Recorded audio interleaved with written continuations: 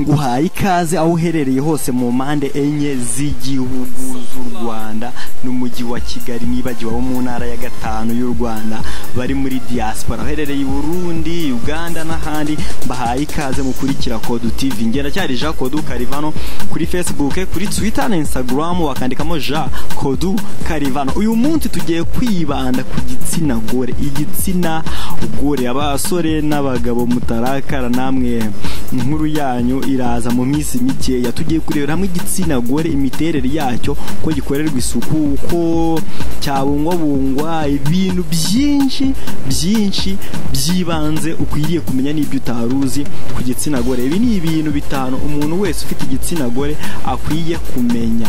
Ariko icyitonderwa, iyi nkuru irimo amagambo adakoreshwa kenshi mu biganiro cyangwa inyandiko rusange. Dr. Jane Gunter ni umuganga w'inzobere mu by'indwara zibasira abagore muri Amerika no muri Canada, ufite ubunararibonye bw'imyaka 25.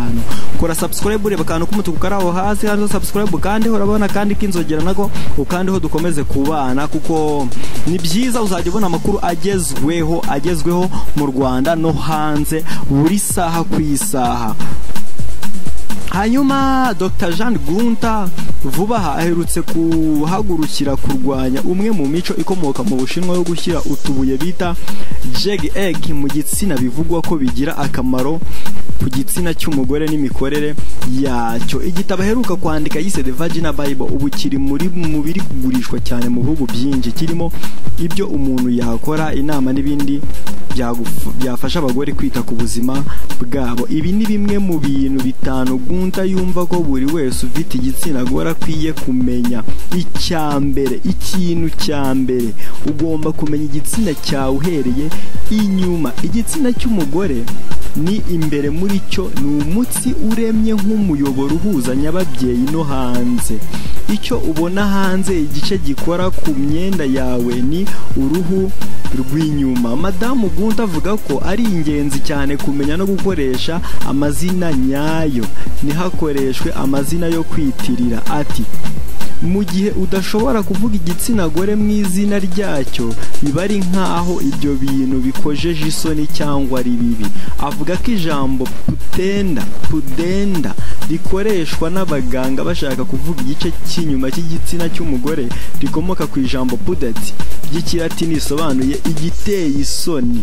Gunter atekereza ko gukoresha amagambo nk'aya biteje agaciro umubiri w'umugore, ariko kandi bikanabagiraho ingaruka kuko abenshi batabasha gusobanura neza mu magambo nyayo ikibazo bafite ngo bavuge uko barwaye, bavurwe bikwiye. Igitsina gore kiriyoza ubwacyo. Gunter avuga ko mu myaka 10 ishize, dukomeza n'ingingo ya kabiri, ndakwibutsa ko iyi ni Kodu TV, wakora subscribe nta nicyo bitwaye.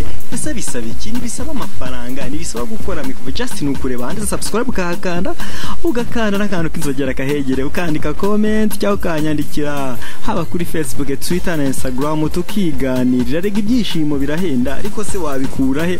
Handa hari mu hantu nka hatatu hambere haboneka ku isi wakura ibyishimo, hano kuri Kodu TV uri kumwe nanjye Jean Kodu Karivano. Gunter avuga ko mu myaka 10 ishize yagiye abona abagore bazana indi mico. Benshi bagenda bemera ko bakeneye gukoresha imiti inyuranye ngo bahumuze igitsina cyabo.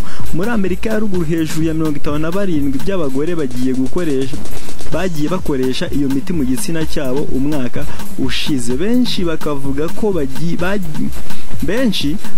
ko bagiye babishishikarizwa n'abo bahuza igitsina.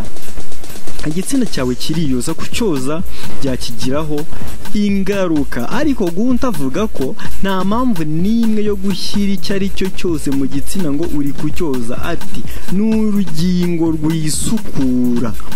Abuza cyane abakoresha ibikoresho bita douches boza imbere mu gitsina. Ati ni igitsina, ntabwo ari igikombe.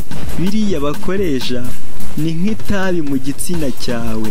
Amazi nayo ubwayo ashobora kwangiza gahunda karemano yo kwisukura. bikaba byagutera indwara zirimo infection mu gitsina.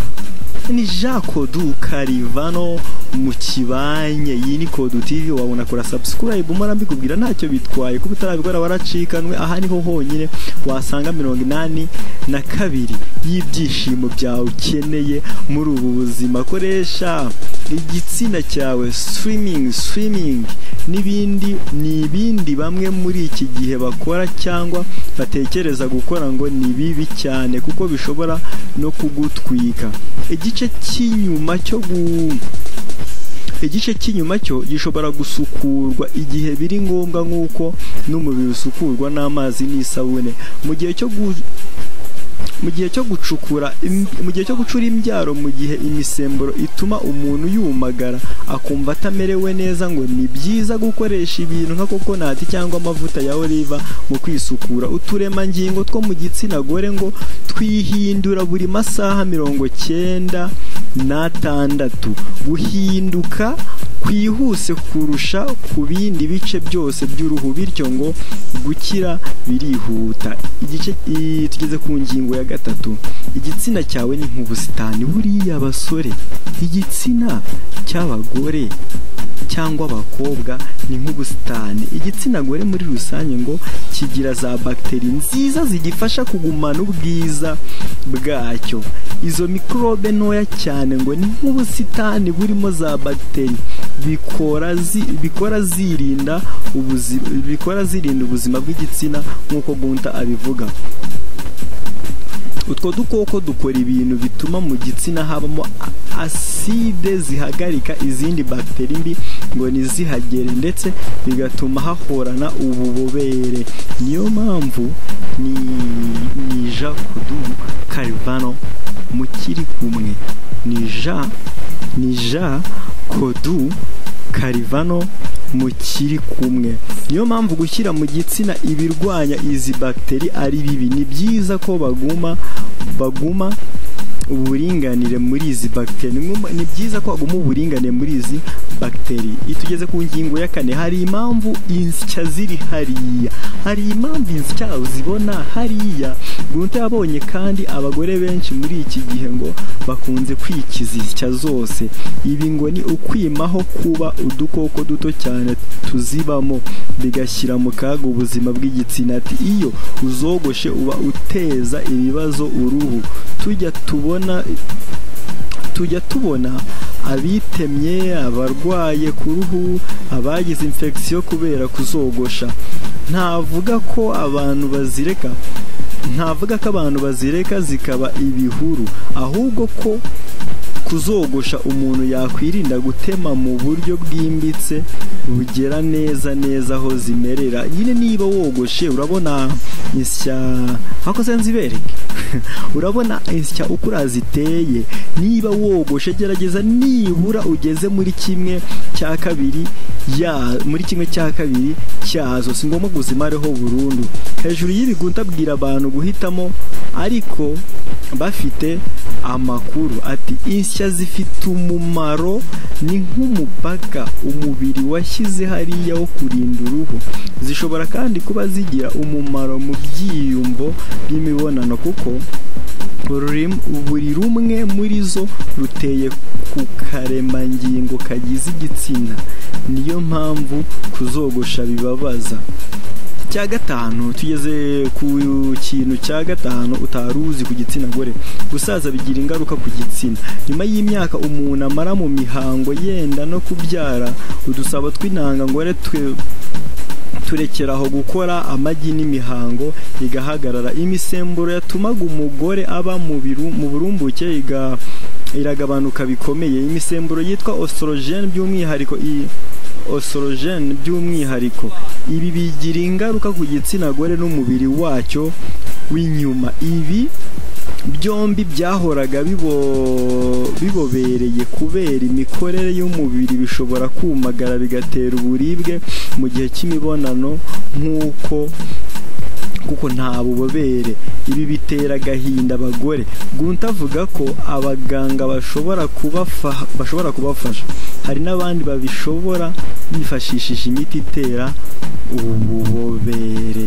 Hanyuma agira ati ndumva ibi abagore bakwiye kubimenya, nta mpamvu yo kubabara. Hari